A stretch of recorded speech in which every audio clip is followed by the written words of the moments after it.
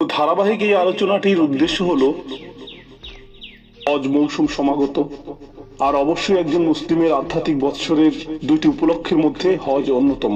উপলক্ষ দুটি হলো রমজান মাস এবং হজ। যখন আমরা উল্লেখযোগ্য কিছু বিষয় উদযাপন করে থাকি, উভয় উপলক্ষ থেকে বেশ কিছু শিক্ষণীয় বিষয় রয়েছে। আর বিশেষভাবে হজের প্রসঙ্গ যখন আসে, আমরা হজের শিক্ষা এবং ঐতিহ্যকে ইব্রাহিম আলাইহিস সালামের সাথে যুক্ত করে থাকি। তিনি কাবা ঘর নির্মাণ করেছেন। এছাড়াও কুরবানি এবং অন্যান্য আনুষ্ঠানিকতাগুলো সরাসরি ইব্রাহিম আলাইহিস সালামের সাথে সম্পর্কযুক্ত। এজন্যই হজের ঘটনাগুলোর সাথে সম্পর্কিত ইব্রাহিম আলাইহিস সালামের আদর্শ বিষয় খুতবা, আলোচনা এবং নসিহত অহরহ মুসলিমদের মাঝে দেখবেন। তো আমি মনে করি সেই সমীকরণে আরো একটি বিষয় যোগ করা উচিত। আমরা অবশ্যই ইব্রাহিম আলাইহিস সালামকে নিয়ে কথা বলবো, কিন্তু তাকে নিয়ে আলোচনাটি থাকবে ধারাবাহিক এই আলোচনার একেবারে শেষের দিকে। আমি মনে করি আমাদেরকে শুরু করতে হবে স্বয়ং রাসূল সাল্লাল্লাহু আলাইহি সাল্লামের জীবনী থেকে। আমি এই ধারাবাহিক আলোচনার নাম দিয়েছি হজের পথ পরিক্রমা, রাসূল সাল্লাল্লাহু আলাইহি সাল্লামের হজের পথ পরিক্রমা। কারণ আমাদেরকে বুঝতে হবে কিভাবে আমরা এখানে আসলাম, কিভাবে আমরা হজ পর্যন্ত এই অবস্থানে পৌঁছলাম। একটি দৃষ্টিকোণ থেকে আপনি এটাকে প্রধান লক্ষ্যগুলোর একটি মনে করতে পারেন, যদি এটা একমাত্র লক্ষ্য নাও হয়ে থাকে। রাসূল সাল্লাল্লাহু আলাইহি সাল্লামের জীবনের অন্যতম মিশন ছিল হজ প্রতিষ্ঠা করা। হজ প্রতিষ্ঠা করা তার অর্থ আসলে স্বয়ং ইসলামকে প্রতিষ্ঠা করা। তো হজকে প্রকৃত অর্থে প্রতিষ্ঠিত হতে হলে কাবা ঘরে রক্ষিত মূর্তিগুলোর ধ্বংস অনিবার্য ছিল। হজের উদ্দেশ্যটি প্রতিষ্ঠিত হওয়ার জন্যই ইব্রাহিম আলাইহিস সালাম কাবা ঘর নির্মাণ করেছিলেন। ইব্রাহিম আলাইহিস সালাম কাবা ঘর নির্মাণ করেছিলেন। আর আমাদের রাসূল সাল্লাল্লাহু আলাইহি সাল্লাম ছিলেন ইব্রাহিম আলাইহিস সালামের বংশধর।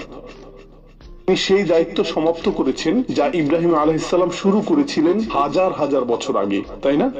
এক দৃষ্টিকোণ থেকে ইব্রাহিম আলাইহিস সালামের উদ্দেশ্যটি মূলত তার উদ্দেশ্য ছিল।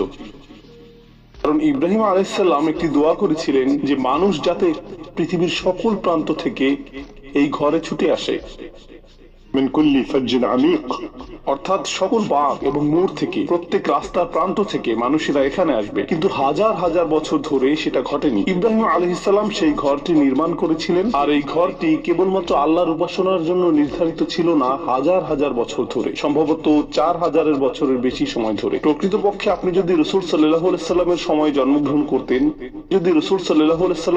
জন্মগ্রহণ করতেন, আপনি এক আল্লাহর উপাসনার স্থান হিসেবে কাবাকে বিবেচনা করতে পারতেন না। আপনার কাছে এটাকে মন্দিরের মতো মনে হতো। এখানে অনেকগুলো মূর্তি ছিল। এটি ছিল বহু ধর্মীয় একটি মন্দির। এর অর্থ সেখানে বিভিন্ন ধর্মের সমাগম ঘটেছিল। কেউ লাতে বিশ্বাস করত, কেউ মানাতে বিশ্বাস করত, কেউ উজ্জায় বিশ্বাস করত, কেউ অন্য মূর্তিতে বিশ্বাস করত। যেই সকল মূর্তিতেই তারা বিশ্বাস করত, এটা ছিল এই সবগুলো মূর্তির স্থান। তাদের কিছু একক এবং অভিন্ন আচার অনুষ্ঠান ছিল। এছাড়া ভিন্ন আরো কিছু কিছু আনুষ্ঠানিকতা তাদের প্রত্যেক দল স্বতন্ত্রভাবে পালন করত। এটা ছিল বহুমাত্রিক ধার্মিকতার সমাজ। আমেরিকাতে এমন অল্প কিছু বিমানবন্দর রয়েছে, ইংল্যান্ডেও 1-2টি বিমানবন্দর দেখেছি যেখানে বহু ধর্মীয় প্রার্থনা কক্ষ রয়েছে। এখানে থাকে কোরআন, বাইবেল, তাওরাত, হিন্দুদের বেদ। তাকের মধ্যে এই সবগুলো ধর্মগ্রন্থ পাশাপাশি থাকে। দেয়ালগুলোতে তারা কিছুই ঝুলায় না, সেগুলো ফাঁকা থাকে। তো আপনি হয়তো নামাজ পড়ছেন, তখনই অন্য কেউ যিশুর কাছে প্রার্থনা করছে, অন্য কেউ হয়তো সেন্ট নিকোলাসের কাছে প্রার্থনা করছে, আর অন্য কেউ হয়তো তার হিন্দু দেবতাকে ডাকছে অথবা একাধিক দেবতাকে ডাকছে। সবকিছু একই কক্ষে, একই সময়ে। কাবার অবস্থাও এরকম হয়ে গিয়েছিল। অনেক অনেক শতাব্দী ধরে এটা এভাবেই ছিল, রাসূল সাল্লাল্লাহু আলাইহি সাল্লামের আবির্ভাবের পূর্ব পর্যন্ত। তো আমার সামনে অনেকগুলো উদ্দেশ্য রয়েছে। প্রথম উদ্দেশ্যটি হলো, বিশেষত আমি যখনই আগে আপনাদের এই মসজিদে এসেছি, সিরাতের কোনো একটা অংশ নিয়ে কথা বলেছি। তো আমি সেই ধারাবাহিকতায় অব্যাহত রাখবো এবং এতে 10 মিনিটের মতো সময় লাগতে পারে।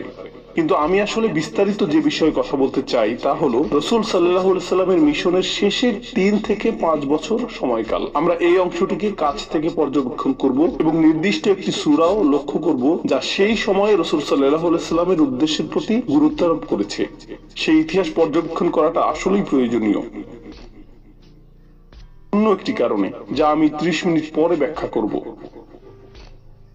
তা হলো কোরআন কিভাবে ইতিহাসকে লিপিবদ্ধ করেছে। কোরআন অনেক কিছু করেছে, এর মধ্যে একটি কাজ হলো এটা ইতিহাসকে লিপিবদ্ধ করেছে। তো আমরা প্রায় ৩০ মিনিট পরেই সেটা আলোচনা করব। কিন্তু তার আগে আমি শুরু করতে চাই সেই প্রেক্ষাপটটি নিয়ে যে অবস্থায় রাসূল সাল্লাল্লাহু আলাইহি সাল্লামের উপর ওহী নাজিল হয়েছিল। আমরা সকলে জানি যে ৪০ বছর বয়সে তার উপর ওহী নাজিল হয়, আর প্রাথমিক মাক্কি যুগে তিনি কুরাইশদের মাঝে এই বাণী প্রচার করেছেন। আর এখানে একটা বিষয় যা অনেকেরই অজানা, তা হলো সাধারণ মানুষেরা রাসূল সাল্লাল্লাহু আলাইহি সাল্লামের মূল প্রতিপক্ষ ছিল না।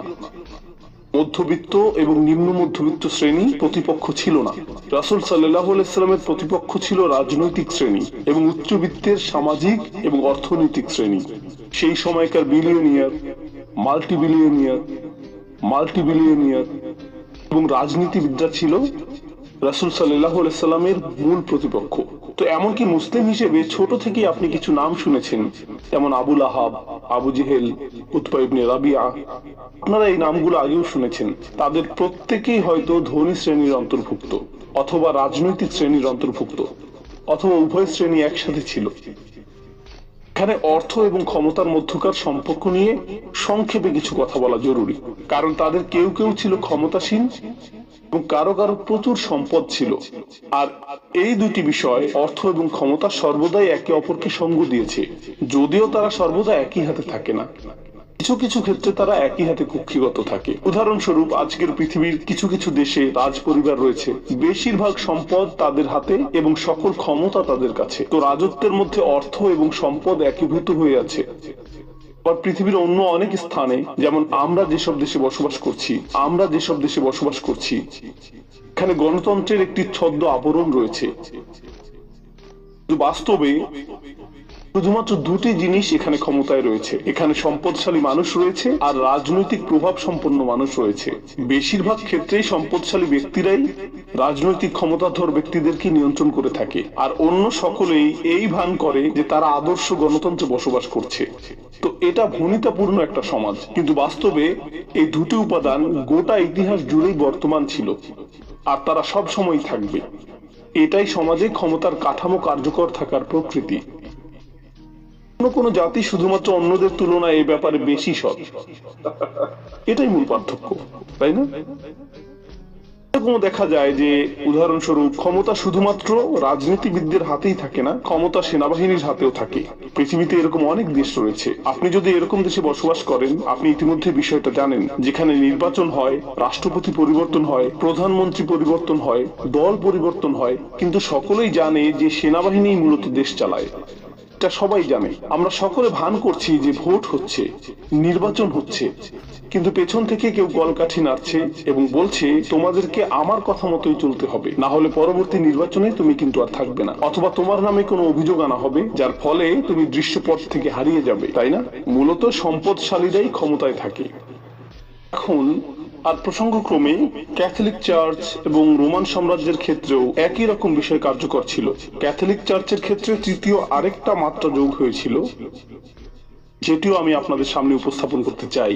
তো একটি হলো সম্পদ, একটি হলো ক্ষমতা, আরেকটি ছিল ধর্ম। তৃতীয় আরেকটি মাত্রা যোগ হলো সম্পদ, ক্ষমতা এবং ধর্ম। তো সেই ধরনের সমাজে যা ঘটেছিল তা হলো রাজার একটি উপায়ের প্রয়োজন ছিল, এটা নিশ্চিত করার জন্য যে সমাজ রাজার প্রতি অনুগত থাকবে।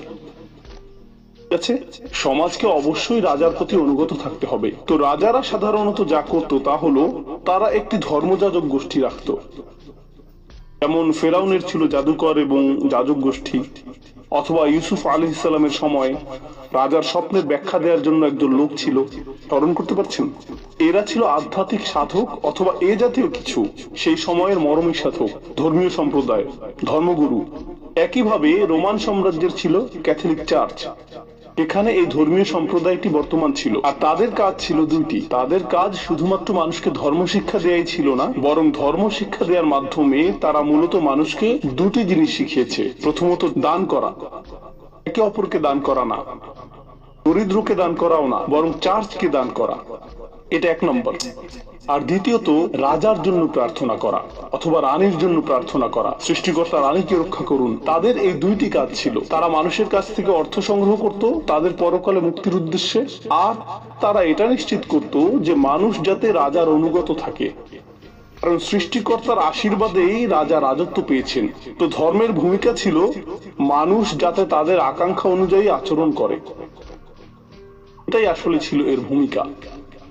এখন আমাদের সময়ে যা ঘটছে, নতুন প্রজন্মের জন্য ধর্মগুলো ব্যাপকভাবে অপ্রাসঙ্গিক হয়ে পড়ছে, তাই না? তাদের পিতামাতাগণ অনেক বেশি চার্চমুখী, মন্দিরমুখী, এমনকি মসজিদমুখী ছিল, কিন্তু পরের প্রজন্ম সেরকম না। তো এজন্য বিদ্যমান ক্ষমতা কাঠামোকে নতুন এক ধর্ম আবিষ্কার করতে হবে। কিভাবে তারা মানুষকে জড়ো করবে, কিভাবে তারা মানুষকে অনুগত বানাবে। গণমাধ্যমগুলো এখন নতুন ধর্মীয় সত্তায় পরিণত হয়েছে। গণমাধ্যম বলতে সামাজিক মাধ্যম, বিনোদন মাধ্যম, সংবাদ মাধ্যম, এরাই এক হিসেবে আমাদের সমাজে ধর্মের স্থানটি দখল করতে শুরু করেছে। তো আগে ছিল ধর্মীয় কাঠামো, যা মানুষের মনে প্রতিনিয়ত বিশেষ ধরনের বার্তা পৌঁছে দিত, কিন্তু এখন গণমাধ্যমগুলোই মানুষের মাঝে বিশেষ ধরনের বার্তা ছড়িয়ে দিচ্ছে। এই আলোচনা অন্য আরেক সময় করা যাবে। আসুন আমরা রাসূল সাল্লাল্লাহু আলাইহি সাল্লামের সিরাতে ফিরে যাই, যেখান থেকে আলোচনাটির সূচনা হয়েছিল। রাসূল সাল্লাল্লাহু আলাইহি সাল্লাম যখন তার বাণীটি লা ইলাহা ইল্লাল্লাহ প্রথম ঘোষণা করলেন, এটা ছিল বড় একটা ধর্মীয় সমস্যা। প্রথমত, কারণ আপনি যদি বলেন যে সৃষ্টিকর্তা মাত্র একজন, কাবা ঘরের মধ্যে অবস্থিত তাদের বিচিত্র রকমের সব ধর্মগুলো, এগুলো সবগুলো বাতিল হয়ে যাবে। এগুলো কোনোটাই একত্ববাদের ধারণার সাথে একত্রে অবস্থান করতে পারে না। ধর্মগুলোর প্রত্যেকটি এই জাতীয় অন্য ধর্মগুলোর সাথে একত্রে অবস্থান করতে পারে।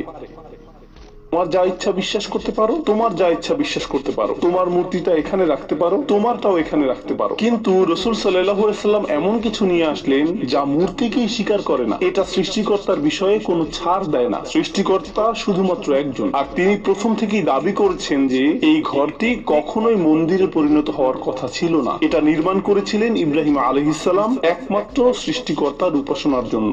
তোমরা মূলত এই মসজিদের পবিত্রতা নষ্ট করেছো। তো এখানে একটি বড় ধর্মীয় সমস্যা দেখা দিল। এছাড়া রাজনৈতিক একটা সমস্যাও ছিল। রাজনৈতিক সমস্যাটা হলো, ইসলাম এসে এরকম কথা বলছে যে আমরা সকলে আদম আলাইহিস সালামের সন্তান, আর আদম আলাইহিস সালামের সকল সন্তানই সম্মানিত। আমরা যদি সকলেই আদম আলাইহিস সালামের সন্তান হই, এর অর্থ আক্ষরিকভাবেই আমরা সকলে জন্মগতভাবে সমান। যদিও আমরা জন্মগতভাবে বিভিন্ন স্থানের, আপনি এই গোত্রের হতে পারেন, সেই গোত্রের হতে পারেন। আপনার গোত্রের কোন জিনিসটা নিয়ে আপনি গর্ব করেন? আপনার পূর্বপুরুষের পরিচয়। কিন্তু তার বাবা কে ছিল? আপনি যদি এভাবে যেতে থাকেন, সকল মানুষের পিতাকে আদম আলাইহিস সালাম, যার অর্থ আমরা সকলেই মানবতার গোত্রের সদস্য, আমরা সকলেই সমান। বুঝতে পারছেন? তো গোত্রীয় শ্রেষ্ঠত্ব সাংঘাতিক এক সমস্যা হয়ে দাঁড়িয়েছিল। যদি সকল মানুষ সমান হয়, আপনি কোন গোত্রের সেই বিবেচনায় শ্রেষ্ঠত্বের দাবি করতে পারেন না। সকলের মৌলিক অধিকারগুলো সমান। তো এটা ছিল আরেকটা সমস্যা। এখন কুরাইশরা আর শ্রেষ্ঠত্বের দাবি করতে পারবে না, এমনকি তাদের নিজেদের ভিতরেও শ্রেণী বিভাগ ছিল। এখন তারা আর এটা চর্চা করতে পারবে না। অন্য আরো সমস্যাও ছিল। কোরআন অগ্রসর হওয়ার সাথে সাথে এই সমস্যাগুলো উদ্ভূত হতে শুরু করলো। উদাহরণস্বরূপ আল্লাহ বলছেন,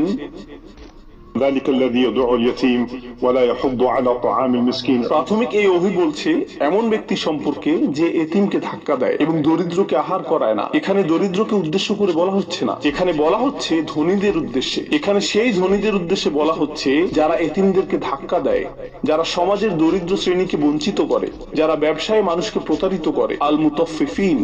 কোরআন অর্থনৈতিক দুর্নীতির সমালোচনা করেছে, যা দরিদ্রদের দ্বারা করা সম্ভব না। দরিদ্রদের কাছে তো দুর্নীতিগ্রস্ত হওয়ার জন্য যথেষ্ট সম্পদই থাকে না। কোরআন সমাজের অত্যাধিক ধনী শ্রেণীর সমালোচনা করেছে। আর প্রসঙ্গক্রমে আপনি যখন ধনী শ্রেণীকে রাগান্বিত করেন, তারা নীরবে এটা সহ্য করে না। সরকারের সাথে তাদের সরাসরি সংযোগ রয়েছে। ধনী শ্রেণী তাদের অভিযোগ কর্তৃপক্ষকে প্রদান করে, আর কর্তৃপক্ষ বলে আমরা ব্যবস্থা গ্রহণ করছি, আমরা তার পেছনে কিছু গুন্ডা লেলিয়ে দেব, তাকে রাস্তার মাঝে ধোলাই করা হবে, চিন্তা করবেন না, আপনার নাম কলঙ্কিত হবে না। আপনি এর বাইরে থাকুন, আপনার পক্ষ থেকে আমরাই ব্যবস্থা গ্রহণ করছি।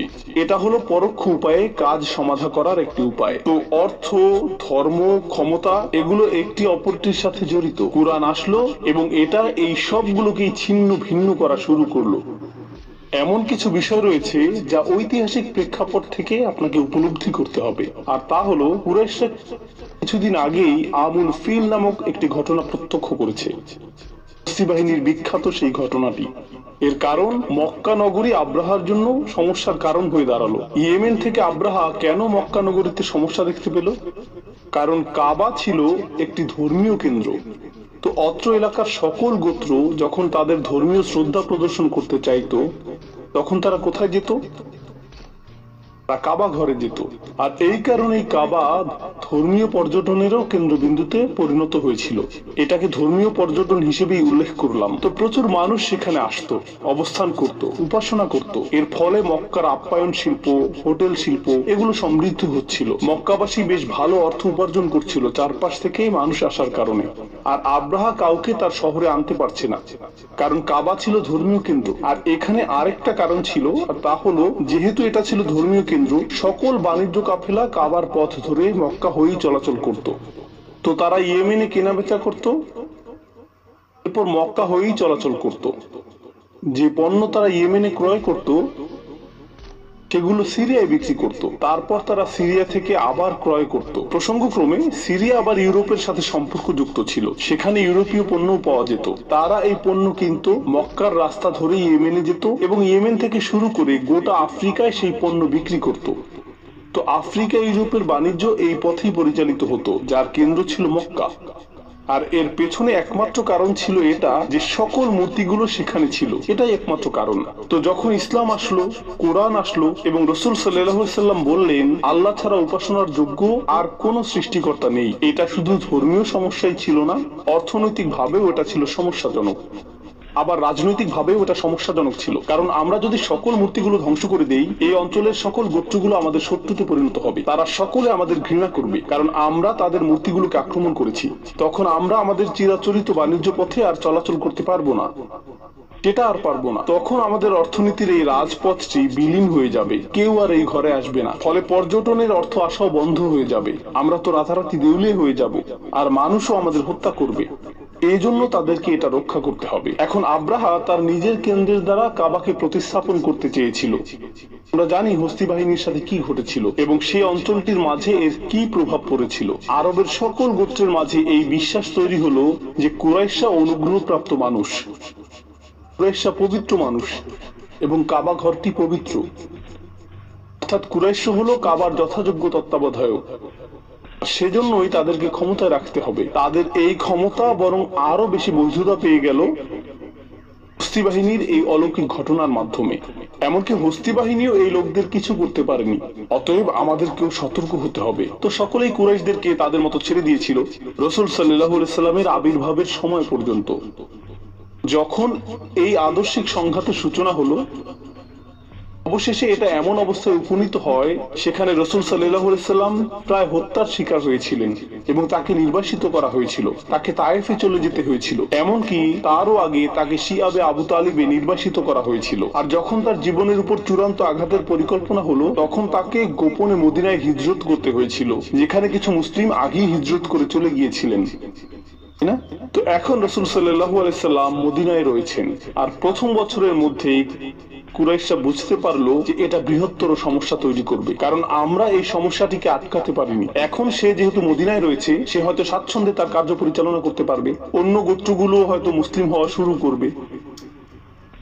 কুরাইশরা নিশ্চিত ছিল না যে আমরা কি এই নবীর বিরুদ্ধে, মুহাম্মাদের বিরুদ্ধে যুদ্ধ করব, তাকে এবং তার অনুসারীদেরকে হত্যা করব, মদিনা পর্যন্ত গিয়ে তাদেরকে হত্যা করব, অথবা তারা তো আর আমাদের জন্য সমস্যাজনক না, কারণ তারা দূরে চলে গিয়েছে, এটা এখন অন্য মানুষদের সমস্যা, আমাদের এটা নিয়ে চিন্তিত হওয়ার প্রয়োজন নেই। তো মক্কাবাসীদের দুই ধরনের মতামত ছিল, আমরা কি তাদের পেছনে তাড়া করব, নাকি আমরা তাদেরকে ছেড়ে দেব। আর তারা যদি ক্ষমতাশালী হয়েও যায় সেটাও ভালো, কারণ তারা তো আমাদেরই আত্মীয় স্বজন, সেক্ষেত্রে আমাদের নিজের লোকেরাই ক্ষমতাশালী হয়ে উঠবে।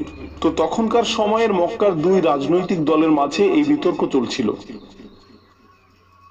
আর এই বিতর্ক চলাকালীন অবস্থায় কুরাইশরা যা করছিল কুরাইশরা যা করছিল তারা স্বাভাবিক নিয়মেই বাণিজ্য পরিচালনা করছিল, তাদের সেই বাণিজ্য কাফেলা চলমান ছিল। আর রাসূল সাল্লাল্লাহু আলাইহি সাল্লাম যখন সকল মুসলিমদের নিয়ে ছোট একটি জোট গঠন করলেন, তিনি আদেশ দিলেন যে এই বাণিজ্য কাফেলাগুলোকে আক্রমণ করা শুরু করতে হবে। তাদের বাণিজ্য আক্রান্ত হতে শুরু করলো, যেটা সম্পূর্ণরূপে ন্যায়সঙ্গত, কারণ তোমরা তাদেরকে ঘর থেকে বিতাড়িত করেছো এবং তাদের সম্পদ চুরি করেছো। তারা তাদের সম্পদ ফেরত পাবার জন্য তোমাদের আক্রমণ করছে। তো রাসূল সাল্লাল্লাহু আলাইহি সাল্লাম এখন মক্কার অর্থনীতির প্রাণসত্তাকে আক্রমণ করলেন।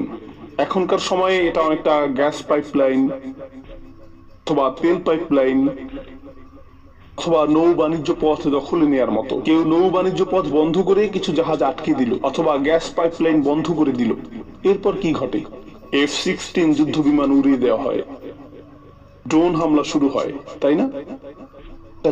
এটা যুদ্ধ ঘোষণা। তারা তখনও বিতর্কে লিপ্ত ছিল, আমরা কি মুহাম্মদের পেছনে তারা করব নাকি করব না। যখন তারা জানতে পারলো যে কয়েকটি বাণিজ্য কাফেলা আক্রান্ত হয়েছে, আমরা তো এটা মেনে নিতে পারি না, এই হুমকি দূর করতে হবে। এখন তাদের মধ্যে যারা ছিল আক্রমণাত্মক, তারা এই বিতর্কে জয়ী হয়ে গেল মুসলিমদের আক্রমণ করা আমাদের উচিত হবে কিনা। তাই তারা মুসলিমদের আক্রমণ করতে এগিয়ে আসলো, যা বদরের যুদ্ধের সূচনা করলো। তো অত্যন্ত দ্রুততার সাথে এটা ঘটে গেল। আপনারা ঘটনাটা জানেন। আমি বদরের যুদ্ধের পুঙ্খানুপুঙ্খ বিবরণ দিব না, কিন্তু মুসলিমগণ তাদেরকে বদর যুদ্ধে বেশ অপমানজনক পরাজয় প্রদান করেছিল। আর সেই পরাজয়ের ফলে কুরাইশরা এখন দুটি সমস্যার সম্মুখীন হলো। এক, গোটা অঞ্চলে ছড়িয়ে গেল যে তারা পরাজিত হয়েছে। অস্থি বাহিনীও এক সময় তাদেরকে পরাজিত করতে পারেনি, আর এখন তারা কতিপয় লোকের কাছে পরাজিত হলো, যাদেরকে তারা বলতো ইনু, অধম, গৃহহীন লোকেরা, অপরাধী, দাস, দুর্বল ও নির্বোধ লোকেরা। আর এদের কাছেই তারা পরাজিত হলো। তাদের জন্য এটা ছিল বেশ খারাপ। এর উপরে আরবদের একটা রীতি ছিল, যে আমার মনে হয় না যে কোথাও এখন আর বর্তমান রয়েছে। তাদের নারীরা তাদেরকে প্রচুর অপমানিত করত। অবশ্যই আপনারা এর সাথে পরিচিত নন। তো পরাজিত হয়ে তারা বাড়ি আসলো, আর ও কি ধরনের পুরুষ তুমি যে পরাজিত হয়ে এসেছো, তোমার তো আমাদের মতো চুরি পরে ঘরে বসে থাকাই ভালো ছিল, নারীদের সাথে তোমাদের কি পার্থক্য। সেই যুগে নারীরা তীক্ষ্ণ ভাষার অধিকারী ছিল, আর তারা জানতো যে আপনার আত্মসম্মানে আঘাত করতে ঠিক কোন কথাটা বলতে হবে। তাই গৃহে প্রবেশ করে তারা তীব্র তিরস্কারের শিকার হয়েছিল। তারা প্রতিশোধ স্পৃহায় দগ্ধ হচ্ছিল। তা আসলেই খারাপ। বদরের পরাজয়ের পরে তারা প্রফুল্ল চিত্তে বাড়ি ফিরেনি, তারা ক্রোধান্বিত অবস্থায় বাড়ি ফিরেছিল। আর তাদের মধ্যে এখন আর ভীতি কাজ করছে না, বরং তাদের মধ্যে প্রতিশোধ স্পৃহা কাজ করছিল। তো পরের বার তারা 1000 সৈন্য নিয়ে আসেনি, তারা এসেছিল 3 থেকে 4000 সৈন্য নিয়ে, রাইট? আর তারা তাদের নারীদেরকেও যুদ্ধক্ষেত্রে নিয়ে এসেছিল।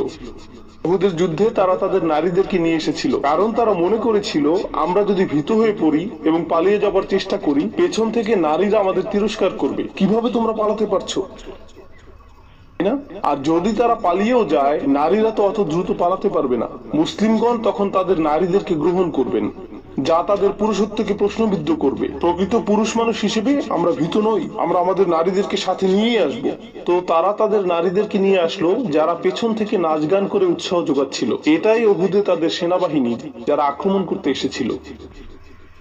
আমি উহুদের পুঙ্খানুপুঙ্খ বিবরণ দিব না, তবে একটি বিষয় আপনাদের জানা উচিত, মুসলিমরা বেশ ভালোভাবে তাদের কোণঠাসা করে ফেলেছিল, তাদেরকে বেশ ভালোভাবে শায়েস্তা করা হয়েছিল।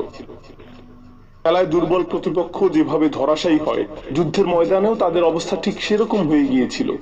তো যখন সেটা ঘটছিল, কুরাইশরা আশ্রয়ের জন্য পাহাড়গুলোতে ছুটে যাচ্ছিল। পেছনে কারা ছিল? তাদের নারীরা। তারা তাদের বর্মগুলো ফেলে যাচ্ছিল, কারণ বর্ম সহ তারা দ্রুত পালাতে পারছিল না। তো তাদের বর্মগুলো ফেলে যাচ্ছিল, কারণ সেগুলো ছিল বেশ ভারী, আর তারা পাহাড়ের দিকে পালিয়ে যাচ্ছিল। নারীরা সেখানেই দাঁড়িয়ে ছিল, আর তারা নারীদের পাশ দিয়ে পালাচ্ছিল। নারীদের ছাড়াই তারা পাহাড়ের দিকে ছুটে যাচ্ছিল। আর নারীদের অবস্থা ছিল, আমাদের জন্য অপেক্ষা করো, নারীরা তো পুরুষদের মতো দ্রুত পালাতে পারে না। তাই তারা পেছনে পেছনে পালাতে লাগলো। আর সাহাবীগণ উল্লেখ করছেন, যখন আমরা তাদের পিছু ধাওয়া করছিলাম, আমরা নারীদের পায়ের গোড়ালির পেছনের অংশ দেখতে পেলাম, যারা পোশাক উপরে তুলে ধরে পালাচ্ছিল পাহাড়ের উদ্দেশ্যে। এটা ছিল উহুদের প্রথমার্ধ। পরের ঘটনা তো আপনারা জানেন। মুসলিম তীরন্দাজগণ যখন বর্ম এবং তলোয়ারগুলো মাটিতে পড়ে থাকতে দেখলেন, তাদের অনেকেই নিজেদের অবস্থান ত্যাগ করলেন। আর খালিদ ইবনে ওয়ালিদ তখনও মুসলিম হননি। তিনি ঘুরে এসে পিছন দিক থেকে তাদের উপর আক্রমণ করলেন।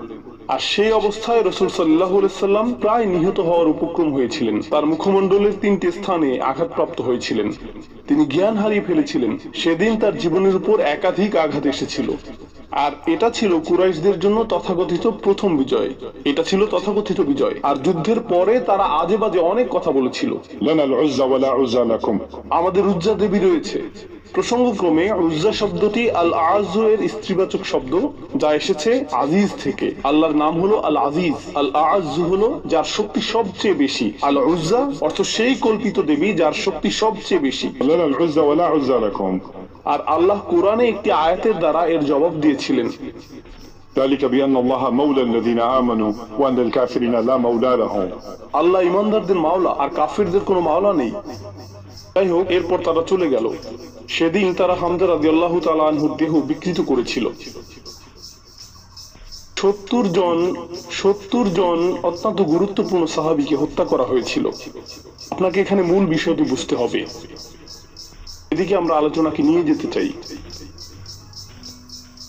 তা হলো, যুদ্ধের বেশিরভাগ অর্থায়ন, যুদ্ধ করার জন্য আপনার যা অর্থ প্রয়োজন, যুদ্ধের বেশিরভাগ অর্থই আসছিল আনসারদের কাছ থেকে।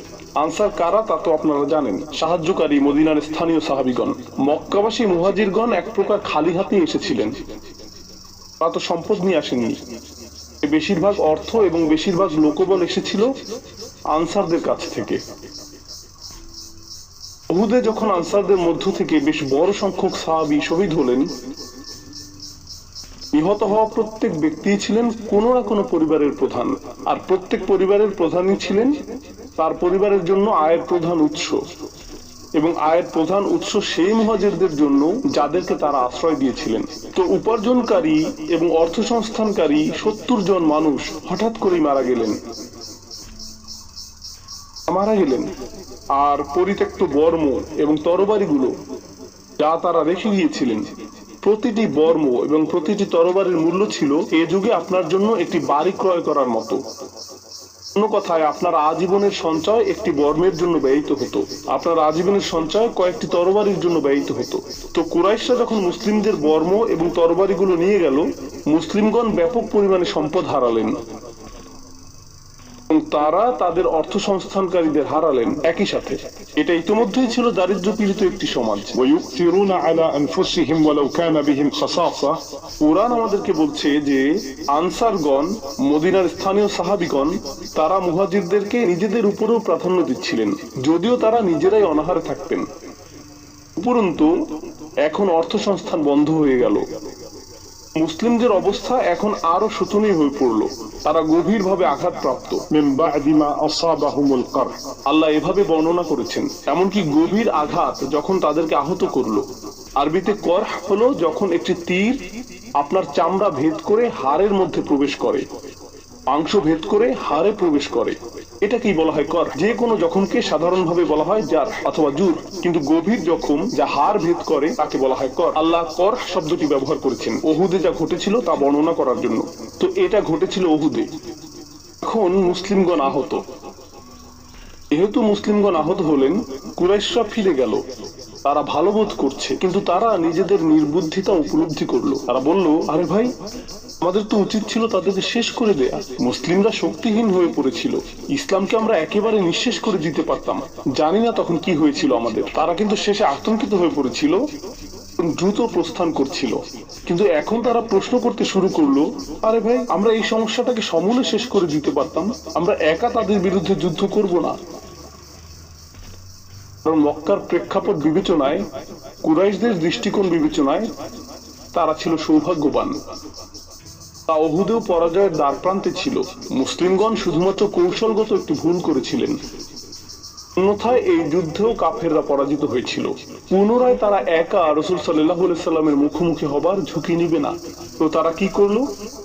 তারা সেই অঞ্চলের আহবাস এবং বিভিন্ন গোত্রের সাথে আলোচনা শুরু করলো এবং বলল, দেখো, ইসলাম আমাদের জন্য সমস্যাজনক। আমরা ইতিমধ্যেই এই লোকদের সাথে 2 বার যুদ্ধে জড়িয়েছি, মুহাম্মদ এবং তার অনুসারীদের সাথে। আমরা সাল্লাল্লাহু আলাইহি সাল্লাম বলি, তারা বলে না। তো সে এবং তার অনুসারীরা আমাদের জন্য সমস্যা হয়ে দাঁড়িয়েছে, কিন্তু তারা শুধুমাত্র আমাদের সমস্যা হয়েই থাকবে না, তারা তোমাদের জন্য সমস্যাজনক হয়ে দাঁড়াবে। তোমরা যদি চাও আমরা সকলেই হাত মিলাবো এবং সকলে একসাথে এই সমস্যাকে শেষ করে দিব। আমরা আমাদের ব্যাপক সংখ্যা দিয়েই তাদেরকে পরাজিত করে দিব। আমরা সম্মিলিত জোট তৈরি করব, কাফেরদের জাতিসংঘ বানাবো, আর আমরা যাব এবং তাদের একসাথে চূড়ান্ত আঘাত করব, কারণ তারা সংখ্যায় আমাদের চেয়ে কম। আর প্রসঙ্গক্রমে সম্মিলিত আক্রমণের পেছনে তারা যে কারণ দেখিয়েছিল তা হলো এরা তোমাদের জন্য পরবর্তীতে সমস্যাজনক হয়ে দাঁড়াবে। অন্য আরেকটি কারণ তারা দেখিয়েছিল, তা হলো দেখো, আমরা তাদের সাথে 2 বার যুদ্ধ করেছি, যুদ্ধক্ষেত্রে যাওয়াটা উত্তম সিদ্ধান্ত হবে না, বরং তাদের শহরটিকে আমরা আক্রমণ করব। কোন শহরের কথা তারা বলছে? মদিনা। যখন আপনি কোন শহরে সামরিক অভিযান চালান, এটা যুদ্ধক্ষেত্রে পরিচালিত সামরিক অভিযানের তুলনায় সম্পূর্ণ ভিন্ন। যুদ্ধক্ষেত্রে উভয় পক্ষে কে মারা যায়? সৈনিকরা। শহরের ক্ষেত্রে কে মারা যাবে? নারী, পুরুষ, শিশু, নিরীহ জনগণ, সম্পদের ক্ষতি। এটা হবে একটা গণহত্যা। গণহত্যা করতে তাদের কোনো সমস্যা নেই। তাদের বক্তব্য এরকম, চলো মদিনায় যাই এবং প্রতিটি নারী, পুরুষ এবং শিশুকে হত্যা করি, আসো তাদের সবকিছু শেষ করে দিই, আর তারপর গোটা শহরটি আমাদের যুদ্ধলব্ধ সম্পদে পরিণত হবে। এই সম্পদ আমরা সকলে ভাগাভাগি করে নিব। মুসলিমরা কিন্তু ইতিমধ্যেই আহত, তাদের আত্মরক্ষার সামর্থ্য ক্ষীণ, তাদের অনেক অস্ত্রশস্ত্র আমাদের হাতেই রয়েছে। এটাই আক্রমণের মোক্ষম সময়। আর আশেপাশের অনেক গোত্র মনে করলো এটা তো অর্থের সহজ সংস্থান। হ্যাঁ, আমিও আছি, আমরা এর পক্ষে মত দিচ্ছি, আমরাও কিছু সৈন্য প্রেরণ করব। তারা তাদের জনগণকে বুঝ দিয়েছিল। জানেন তারা কি বলে বুঝ দিয়েছিল? আমরা আমাদের চিরাচরিত জীবনধারাকে সংরক্ষণের চেষ্টা করছি, কারণ মুহাম্মদ হলো আমাদের জীবনধারার জন্য হুমকি স্বরূপ। আমরা আরব উপদ্বীপে স্বাধীনতাকে রক্ষা করার চেষ্টা করছি, আমরা বহু ঈশ্বরের এই গণতন্ত্রকে রক্ষা করার চেষ্টা করছি। এটাই তাদের জনগণকে বলেছিল। কিন্তু তাদের গোপন বৈঠকে আক্রমণটা কিসের জন্য ছিল? শুরু থেকে শেষ পর্যন্ত অর্থ সম্পদ, এটাই তাদের উদ্দেশ্য, এটাই একমাত্র প্রাপ্তি, তাই না? আপনি যদি সাম্প্রতিক ইতিহাস নিয়ে অধ্যয়ন করেন, আপনি প্রকৃত ঘটনা, প্রকৃত ইতিহাসের সাথে সংবাদ মাধ্যমের বর্ণনার পার্থক্য দেখতে পাবেন। সংবাদ মাধ্যমগুলো বলছিল যে আমরা ইরাক আক্রমণ করছি গণতন্ত্রের প্রসার ঘটানোর জন্য, অথবা আমরা আফগানিস্তান আক্রমণ করছি তথাকথিত গণতন্ত্র এবং মানবাধিকারের প্রসার ঘটানোর জন্য, আমরা তাদের উপর বোমা নিক্ষেপ করব, কারণ বোমা নিক্ষেপ করলে তারা আধুনিক হয়ে উঠবে। এটাই আধুনিকতার শিক্ষা, প্রগতিশীলতার শিক্ষা, বিস্ফোরণের মাধ্যমে শিক্ষা, তাই না? এভাবেই তারা এটা করে থাকে। কিন্তু বাস্তব অবস্থাটা কি ছিল? বাস্তব অবস্থাটা ছিল, এখানে রাশিয়ানরা ছিল, ওখানে গ্যাসের পাইপলাইন ছিল, এখানে তেলের খনি ছিল। সেই সময়কার তেলের মূল্য, আপনি যদি ইরাক যুদ্ধের সময়কার তেলের মূল্য এবং জ্বালানির মূল্য পর্যবেক্ষণ করেন, সেই অঞ্চলগুলোর কৌশলগত মিত্রদেরকে দেখেন এবং আফগান যুদ্ধের অর্থনৈতিক প্রভাব যদি পর্যালোচনা করেন, তখন দেখবেন যে এর সাথে জাতীয় নিরাপত্তার কোনো সম্পর্ক ছিল না, আর গণতন্ত্রের সাথেও এর সম্পর্ক নেই। এগুলোর কোনোটাই সেখানে ছিল না। মূলত এর পেছনে ছিল এই খনিজ সম্পদ। যুদ্ধগুলো সব সময় এই জন্যই সংঘটিত হয়েছে, আর কুরাইশরাও এই চিন্তাই করেছে। এমন চিন্তা করাটা অতি সরল অধ্যয়ন যে এটা ছিল শুধুই ইসলাম বনাম কুফর। তাদের কুফরের চূড়ান্ত রূপ ছিল দিরহামের প্রতি উপাসনা, অর্থের উপাসনা, সম্পদের উপাসনাও ছিল একটি বড় কারণ। তো এখন মূল কথায় ফিরে আসি। তারা বড় ধরনের একটা আক্রমণের জন্য প্রস্তুত হচ্ছিল, একাধিক গোত্রের সমন্বয়ে গঠিত। প্রতিটি গোত্রকে আপনি বলতে পারেন এক একটি দল। আরবিতে দল বোঝাতে হিজব শব্দটি ব্যবহৃত হয়। তাদের সমষ্টিকে বলা হয় আহজাব। সেই সমষ্টি যারা একত্রিত হয়েছিল, তারা সকল মুসলিমদেরকে হত্যা করার জন্য একত্রিত হয়ে মদিনায় আক্রমণ করতে এসেছিল। সেটাই ছিল আহজাবের যুদ্ধ। আর এর উপর মন্তব্য করে নাজিল হয়েছিল সূরা আহজাব। কুরআনের 33 নম্বর এই সূরাটি এই পরিস্থিতি নিয়ে মন্তব্য করেছে। আমি আপনাদেরকে সংক্ষিপ্ত কিছু পয়েন্ট বলবো। এই পরিস্থিতিতে কি ঘটেছিল? প্রথমত, কিছু বর্ণনা অনুযায়ী তারা এবার 10,000 সৈন্য নিয়ে আসলো। তো 10,000 সৈন্য আসছে, আপনারা জানেন যে সালমান আল ফারিসির পরামর্শ ছিল একটি পরীক্ষা খনন করা, যা তাদের সহজে প্রবেশ করাকে বাধাগ্রস্ত করবে, কারণ মদিনা প্রাকৃতিকভাবেই পেছন দিক থেকে এবং দুপাশ থেকে পর্বত দ্বারা সুরক্ষিত। সামনের দিক থেকেই পরীক্ষা খনন করতে হবে, আর এই পরীক্ষা খনন করতে হবে 6 দিনে। 6 দিনে তো গোটা শহরটি রাসূল সাল্লাল্লাহু আলাইহি সাল্লামের নির্দেশনা অনুযায়ী খনন কাজে ব্যস্ত ছিল। এটা ঘটল, এটা ছিল 5ম হিজরির শাওয়াল মাস, আর আল্লাহ কোরআনে এই ব্যাপারে উল্লেখ করেছেন, يا أيها الذين آمنوا اذكروا نعمة الله عليكم হে ঈমানদারগণ, তোমাদের উপর আল্লাহর অনুগ্রহের কথা স্মরণ করো, إذ جاءتكم جنود যখন বাহিনীগুলো তোমাদেরকে আক্রমণ করতে এসেছিল। একটি বাহিনী না, বরং জুনুদুন। فأرسلنا عليهم ريحا وجنودا لم تروها। তো এরকমটা ঘটেছিল প্রাচীনকালে, যখন আপনি কোনো দুর্গ অথবা সুরক্ষিত শহর আক্রমণের চেষ্টা করতেন, আপনি শহরের চারপাশে অবরোধ তৈরি করতেন। আপনি সরাসরি আক্রমণের চেষ্টা করতেন না, কারণ তারা সুরক্ষিত। তখন কি ঘটবে? এক সময় দুর্গের ভিতর খাদ্য সংকট দেখা দিবে, তাদের উপায় উপকরণ সংকট দেখা দিবে, তারা অনাহারে থাকতে শুরু করবে এবং আত্মসমর্পণ করবে। তো আপনি শুধু বাইরে থেকে অপেক্ষা করেন যাতে তারা খাদ্য সংকটে পড়ে, আর তারপর তারা আত্মসমর্পণ করবে। এভাবেই অতীতকালে দুর্গ অথবা সুরক্ষিত শহর জয় হতো। তো কুরাইশরা চিন্তা করছিল, আমরা শুধু শহরের বাইরে অপেক্ষা করব। এটা ঠিক যে আমরা পরীক্ষা অতিক্রম করতে পারছি না, আমরা চেষ্টা করেছি, আমাদের শুধু অপেক্ষা করতে হবে। এক সময় তাদের খাদ্য এবং পানীয়ের জোগান নিঃশেষ হয়ে যাবে, আগে অথবা পরে তাদেরকে বেরিয়ে আসতেই হবে, আর যখন তারা বের হবে আমরা তাদেরকে ধরে ফেলবো। তো তারা অপেক্ষা করছিল, কিন্তু সেখানে কি শুধুই কুরাইশরা ছিল? অনেকগুলো গোত্র সাথে করে নিয়ে এসেছিল, তাই না? এই গোত্রগুলো সবাই প্রচুর অর্থ ব্যয় করেছে এখানে এসে সেনা ছাউনি স্থাপনের জন্য। সেনা ছাউনি স্থাপন করাটা ব্যয়বহুল। তাঁবু খাটানো, পশুদের খাবারের সংস্থান, সৈন্যদের খাবারের ব্যবস্থা, সবকিছুর নিরাপত্তা রক্ষা, আবার রান্না করা, অসুস্থ সৈনিকদের জন্য জরুরি হসপিটালের ব্যবস্থা করা, তাদের অস্থায়ীভাবে গোটা একটা শহর স্থাপন করতে হয়, আর তাদেরকে সেখানে অবস্থান করতে হয় সপ্তাহের পর সপ্তাহ। মুসলিমগণ যখন মদিনাতে অবরুদ্ধ হয়েছিলেন, তখন আল্লাহ কি করলেন? আল্লাহ কোরআনে বলেছেন, فأرسلنا عليهم ريحا। আমরা তাদের বিরুদ্ধে একটি বাতাস প্রেরণ করলাম। তো মরুভূমিতে যখন বালি ঝড় আসে, তখন মানুষের চোখে বালি প্রবেশ করে, মানুষের মুখে বালি প্রবেশ করে, এটা পশুদের চোখে প্রবেশ করে। এই বাতাস সেই চুলাগুলোকে উল্টে দেয় যেখানে খাবার রান্না হচ্ছিল। এরপর তাঁবুতে আগুন ধরে যায়, ঘোড়াগুলো দৌড়ে চলে যায়, আর উটগুলো ছুটাছুটি করতে থাকে। তারা এটা নিয়ন্ত্রণ করতে পারে না, এটা নিয়ন্ত্রণের বাইরে চলে যায়। অবস্থা এমন হয় যে কোনো কোনো গোত্র হাল ছেড়ে দিতে থাকে। আমরা ভেবেছিলাম এটা অর্থ সংস্থানের সহজ উপায়, কিন্তু এখন আমাদের মনে হচ্ছে ফিরে যাওয়াটাই উত্তম। তাদের কেউ কেউ চলে যেতে শুরু করলো, আর এক পর্যায়ে কুরাইশরা দেখলো এভাবে এটা আর চলবে না, তো তারাও মক্কায় ফিরে গেল। যুদ্ধ আসলে সংঘটিত হয়নি, তাদের সমগ্র প্রচারণাটি ব্যর্থ হয়ে গেল। প্রচারণাটির উদ্দেশ্য ছিল গণহত্যা, কারণ তারা শহরের ভিতরে প্রবেশ করবে এবং সেনা অভিযান পরিচালনা করবে। কিন্তু সেই প্রচারণাটি ব্যর্থ হলো এবং তারা ফিরে গেল। এখন ফলশ্রুতিতে যা ঘটলো, কুরাইশদের ভাবমূর্তি চরমভাবে ক্ষুণ্ণ হলো, কারণ এখন তারা শুধুমাত্র মুসলিমদের কাছে 3 বার পরাজিতই হয়নি, বরং তারা অন্য গোত্রগুলোরও প্রচুর অর্থ বিনষ্ট করেছে।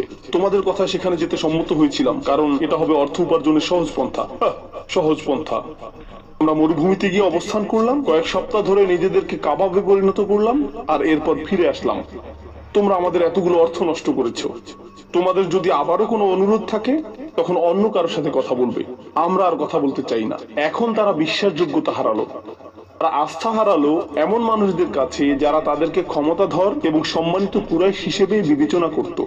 তো এটা ছিল সেই অঞ্চলে কুরাইশদের রাজনৈতিক কেন্দ্রবিন্দুতেই তাদের চরম অধঃপতন। রাজনৈতিক কেন্দ্রবিন্দুতেই তাদের চরম অধঃপতন।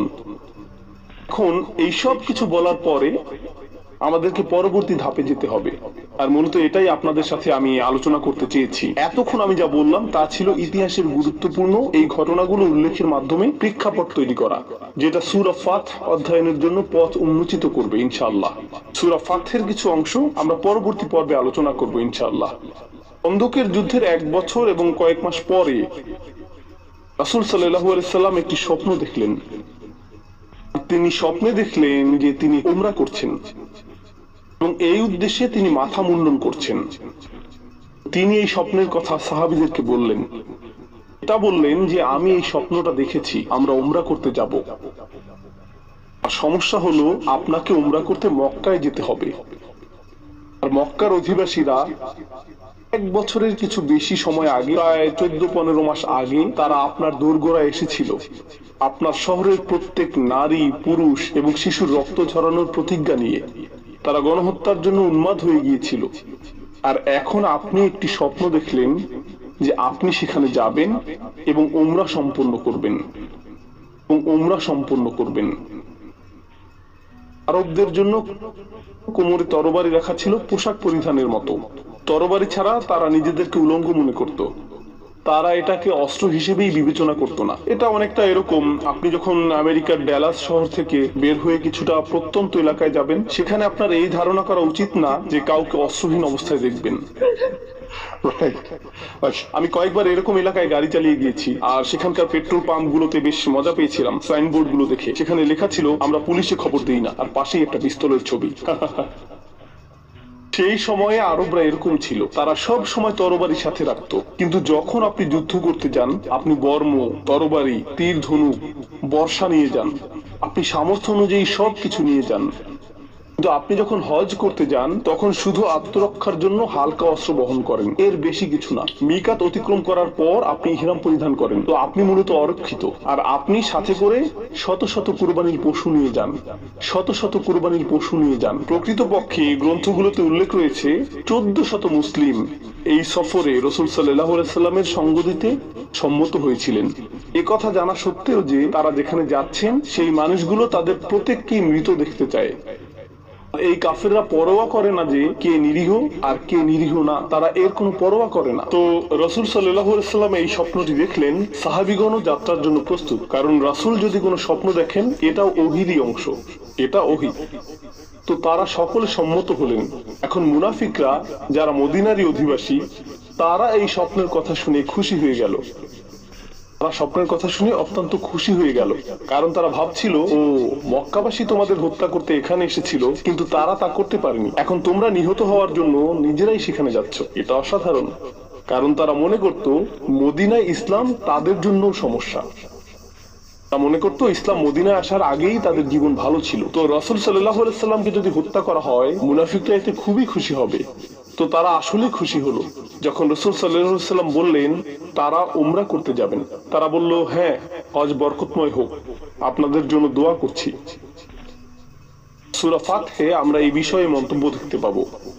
আল্লাহ আসলে আলোচনা করবেন তাদের এই খুশি হওয়ার ব্যাপারে। যাই হোক, এটা বোঝা যায় যে সংখ্যাগরিষ্ঠ মানুষ, 1400 মানুষের প্রায় সবাই ছিলেন প্রকৃত ঈমানদার, একজন ব্যক্তি ছাড়া। আমরা সেই একজনের ঘটনা পরে আলোচনা করব।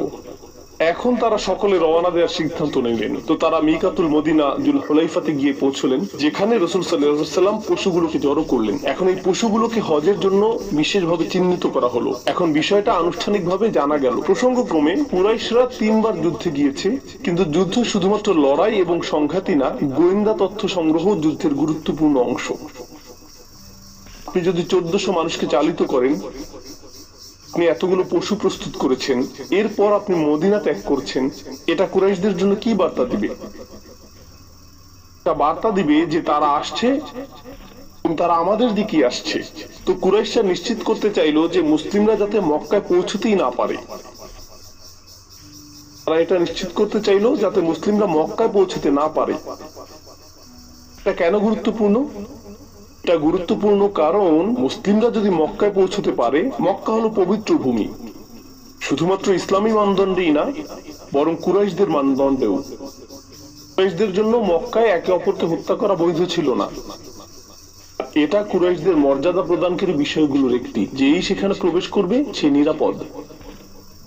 মুসলিমগণ যদি মক্কার সীমানার মধ্যে প্রবেশ করে,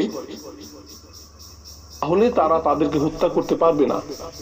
মুসলিমদেরকে হত্যা করার একমাত্র সুযোগ ছিল যখন তারা পথে থাকবেন, যখন তারা মক্কার পথে ভ্রমণরত থাকবেন, এখনই তাদের ধরতে হবে। তো তারা জানলো কখন মুসলিমরা আসছে।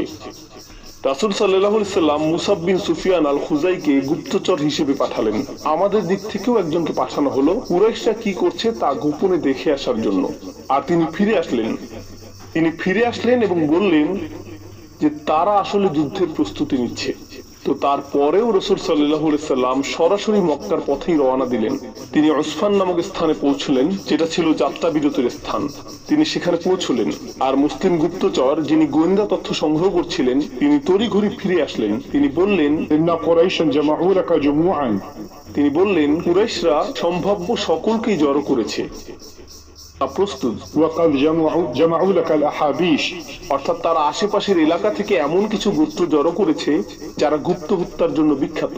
বেশ কিছু সহিংস গোত্র তারা জোগাড় করেছে। সম্ভাব্য সকল দুর্বৃত্তদের জড়ো করার সর্বোচ্চ চেষ্টা তারা করেছে। وهم مقاتلوك وصادوك عن البيت ومانعوك তারা আপনার সাথে যুদ্ধ করবে, তারা আপনাকে কাবা ঘরে প্রবেশ করতে বাধা দিবে, তারা সকল উপায়ে আপনাকে প্রতিহত করবে, তারা দৃঢ় প্রতিজ্ঞ। ঠিক আছে, এই পরিস্থিতিতে রাসূল সাল্লাল্লাহু আলাইহি সাল্লাম বললেন, يا ويح قريش لقد أكلتهم الحرب তো রাসূল সাল্লাল্লাহু আলাইহি সাল্লাম সেই 1400 মুসলিমকে জড়ো করলেন। এখন তারা তো যুদ্ধের জন্য আসেননি, তারা নিজ গৃহ ত্যাগ করেছিলেন, কারণ রাসূল সাল্লাল্লাহু আলাইহি সাল্লাম একটি স্বপ্ন দেখেছিলেন যে তারা উমরা করবেন।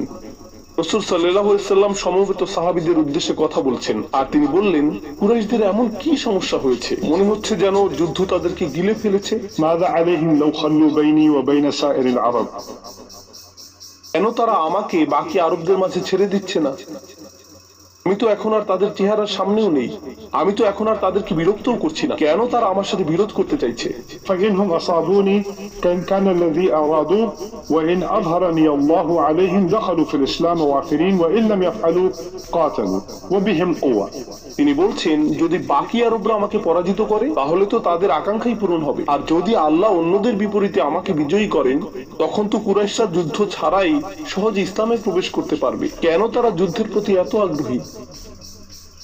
فما تظن قريش فوالله لا أزال أجاهد على الذي بعثني الله به حتى يظهره الله أو تنفرد هذه السالفة তিনি বলেছেন, আমি আল্লাহর শপথ করে বলছি, আল্লাহ আমাকে যে মিশন দিয়ে প্রেরণ করেছেন এর জন্য আমি সংগ্রাম করে যেতে থাকবো, যতক্ষণ পর্যন্ত না আল্লাহ হয় আমাকে বিজয় দান করবেন, না হয় এটা বিচ্ছিন্ন হয়ে যাবে।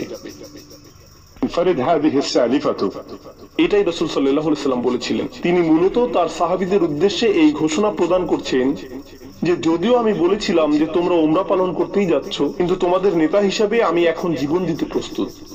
আমি সেখানে যাবই, কারণ আল্লাহ আমাকে এই মিশন প্রদান করেছেন। আমি থামবো না। তারা যদি আমাকে হত্যা করতে চায় এটা তাদের ব্যাপার, আল্লাহ তাদের ব্যবস্থা করবেন, কিন্তু যতক্ষণ আমার ঘাড় আমার মাথার সাথে রয়েছে আমি পথ চলা অব্যাহত রাখবো।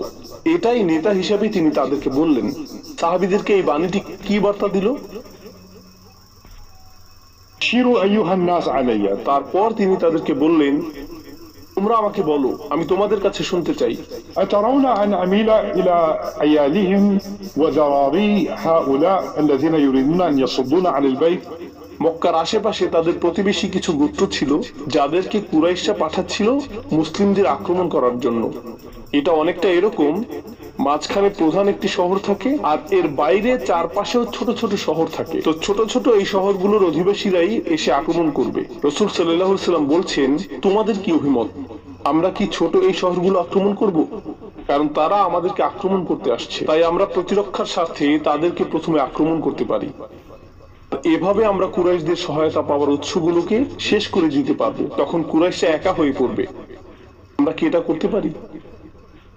فإن يأتونا كان الله عز وجل قد قطع عينا من المشركين কারণ চারপাশের এই গোত্রগুলো যদি এর আগে আমাদেরকে আক্রমণও করে তবুও আমরা তাদেরকে পরাজিত করতে পারবো। সকল অবস্থাতেই আল্লাহ মুশরিকদের এক চোখে বন্ধ করে রেখেছেন। সাধারণত তারা যতটা সহায়তা পায় ততটা তারা পাবে না। وإلا تركناهم محروبين তো রাসূল সাল্লাল্লাহু আলাইহি সাল্লাম মূলত উপস্থিত সাহাবীদের পরীক্ষা করছেন এবং বলছেন, আমাদেরকে এখন যুদ্ধ করা উচিত, তোমাদের অভিমত কি? আমার মনে হয় কুরাইশদের আশেপাশের এই গোত্রগুলোকে, এই পথের কাঁটাগুলোকে আমরা শায়েস্তা করতে পারি। তো আমরা এই কাঁটাগুলো সরিয়ে ফেলবো, এরপর পথ আমাদের জন্য পরিষ্কার। আমাদের অভিমত কি? আবু বকর সিদ্দিক কথা বললেন।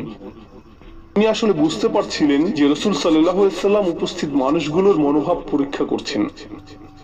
এই সাহাবীদের কেন পরীক্ষা করা হলো? কারণ তারা যুদ্ধের উদ্দেশ্যে 3 বার কুরাইশদের মুখোমুখি হয়েছেন। তাৎক্ষণিক জবাব ছিল, হ্যাঁ, অবশ্যই যুদ্ধ, কারণ এই শত্রুর বিরুদ্ধেই আমরা 3 বার যুদ্ধ করেছি। আবু বকর সিদ্দিক কথা বলে উঠলেন এবং বললেন, يا رسول الله خرجت عامدا لهذا البيت ও আল্লাহ রাসূল সাল্লাল্লাহু আলাইহি সাল্লাম, আপনি এই ঘরের উদ্দেশ্যে বের হয়েছেন, কোন ঘরের কথা তিনি বলছেন? কাবা ঘর। لا تريد قتل أحد আপনি কাউকে হত্যা করতে চান না ولا حرب أحد এবং আপনি কারোর সাথে যুদ্ধ করতে চান। তিনি বলছেন না যে আপনি এই কাজ করবেন না, বরং তিনি বলছেন আমি জানি আপনি এরকম করতে চান না। আপনি শুধু একথা বলছেন এটা দেখার জন্য যে মানুষ কি চায়, কিন্তু আপনি তো এটা চান না। فتوجه له তাহলে আপনার মনোযোগ শুধুমাত্র কাবার প্রতি নিবদ্ধ করুন। توجه له فمن صدنا عنه قاتلناه আর যে আমাদের পথ রোধ করবে তার সাথে আমরা যুদ্ধ করব। তো আমাদের আগ বাড়িয়ে আক্রমণ করার প্রয়োজন নেই, তারা যদি যুদ্ধ করে তখন আমরাও যুদ্ধ করব। উমদু আলা ইসমিল্লাহ, রাসূল সাল্লাল্লাহু আলাইহি ওয়াসাল্লাম বললেন আল্লাহর নামে অগ্রসর হও, আল্লাহর নামে যাত্রা অব্যাহত রাখো। সর্বসম্মতিক্রমে এটাই এখন সিদ্ধান্ত যে আমরা আল্লাহর নামে অগ্রসর হচ্ছি। এই ইতিহাসটা কেন গুরুত্বপূর্ণ? এই ইতিহাসটা কেন গুরুত্বপূর্ণ? কারণ রাসূল সাল্লাল্লাহু আলাইহি ওয়াসাল্লামের পাওয়া ওহী অনুযায়ী প্রথমবার আমরা যখন আল্লাহর ঘরে যাওয়ার সিদ্ধান্ত নিয়েছিলাম, এই ঘরটি তাওয়াফ করা, সাই করা, মাথা মুন্ডন করা, পশু কুরবানি করা, এই সবগুলো আনুষ্ঠানিকতা যেগুলোকে আমরা এখন হজ বলে গণ্য করি, প্রথমবার এটা যখন পালিত হওয়ার উপক্রম হয়েছিল সেটা ছিল জীবনপণ ঝুঁকি সর্বস্ব একটা প্রচেষ্টা। তাদের সকলেই জীবনের ঝুঁকিতে ছিলেন শুধুমাত্র এই নিয়ত করার জন্য। আর মুনাফিকরা এই সিদ্ধান্তে অত্যন্ত আনন্দিত হয়েছিল।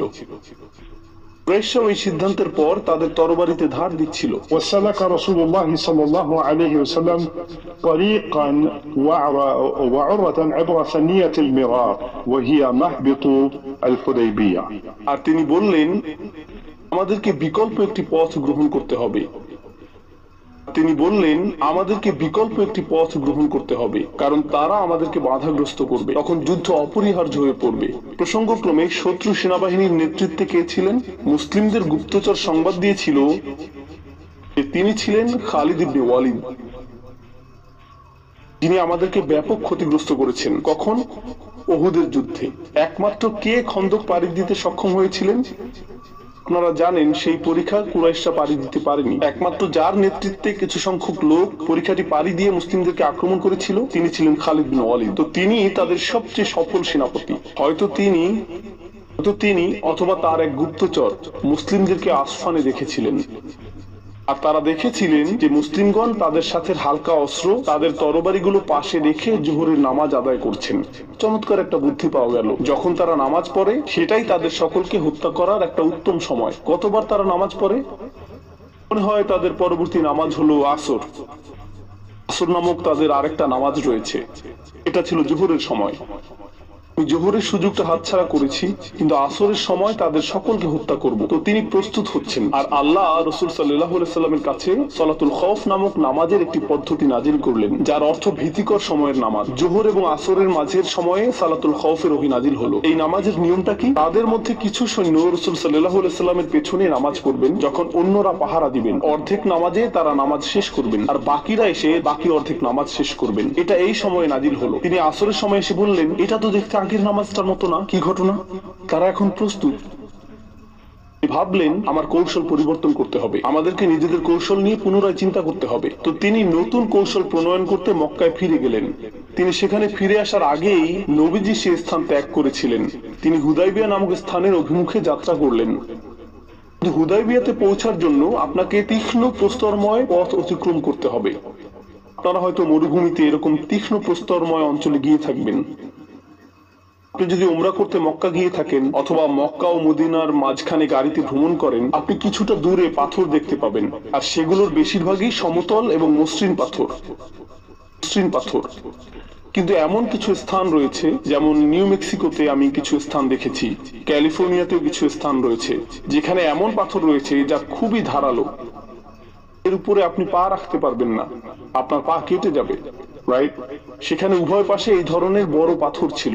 1400 মানুষ তাদের বহনকারী পশুগুলোকে সাথে নিয়ে এই পথে যেতে পারবেন না, কিন্তু তারা জানতেন যে এটাই একমাত্র পথ যার মাধ্যমে তারা কমপক্ষে হুদাইবিয়াতে পৌঁছতে পারবেন। হুদাইবিয়া হলো নিরাপদ এলাকার ঠিক সীমান্তে অবস্থিত। নিরাপদ এলাকার অর্থ আপনি হারাম এলাকার ভিতরে প্রবেশ করবেন, তখন কেউ আপনাকে আক্রমণ করবে না। তো তারা হুদাইবিয়াতে পৌঁছলেন, যেখানে সাধারণত তাদের যাওয়ার কথা না, কিন্তু মক্কাগামী প্রধান সড়কটি এড়িয়ে যাওয়ার জন্য তারা এই পথটি গ্রহণ করলেন। এই পথে তারা রক্তাক্ত সত্য হয়েছেন। আর এই পথ সম্পর্কে রাসূল সাল্লাল্লাহু আলাইহি সাল্লাম বলেছিলেন, من يصعد الثنية ثنية المرار فإنه يحط ما حط عن بني إسرائيل. অর্থাৎ যে উপত্যকায় উঠবে এবং মিরার পাহাড়ের এই সরু পথ অতিক্রম করবে, এই 1400 মানুষ এবং তাদের পশুগুলোর মধ্যে যারাই এই পথ অতিক্রম করবে তারা সেই অবস্থার মধ্য দিয়ে যাবে যেমনটা বনী ইসরাইল গিয়েছিল। যখন আল্লাহ তাদেরকে বলেছিলেন, ادخلوا الباب سجدا. শহরের দরজা দিয়ে প্রবেশ করো, এটা তোমাদের জন্য পরীক্ষা, ঠিক যেমন বনী ইসরাইলকে পরীক্ষা করা হয়েছিল একটি শহরে প্রবেশ করার সময়। আর এই অভিযানে অংশ নেওয়া প্রত্যেকের জন্য তিনি জান্নাতের প্রতিশ্রুতিও দিয়েছিলেন, একজন ব্যক্তি ছাড়া। তা বললেন, কোন একজন ব্যক্তি? তিনি বললেন, লাল উটের অধিকারী একজন ব্যক্তি। তা বললেন, লাল উটের অধিকারী কে এই ব্যক্তি? তখন দেখা গেল যে কাফেলার একেবারে শেষ প্রান্তে এক ব্যক্তি বলছে, তোমরা কি আমার লাল উটটি দেখেছো? অপরজন বললেন, সম্ভবত আমি তোমার ব্যাপারে শুনেছি।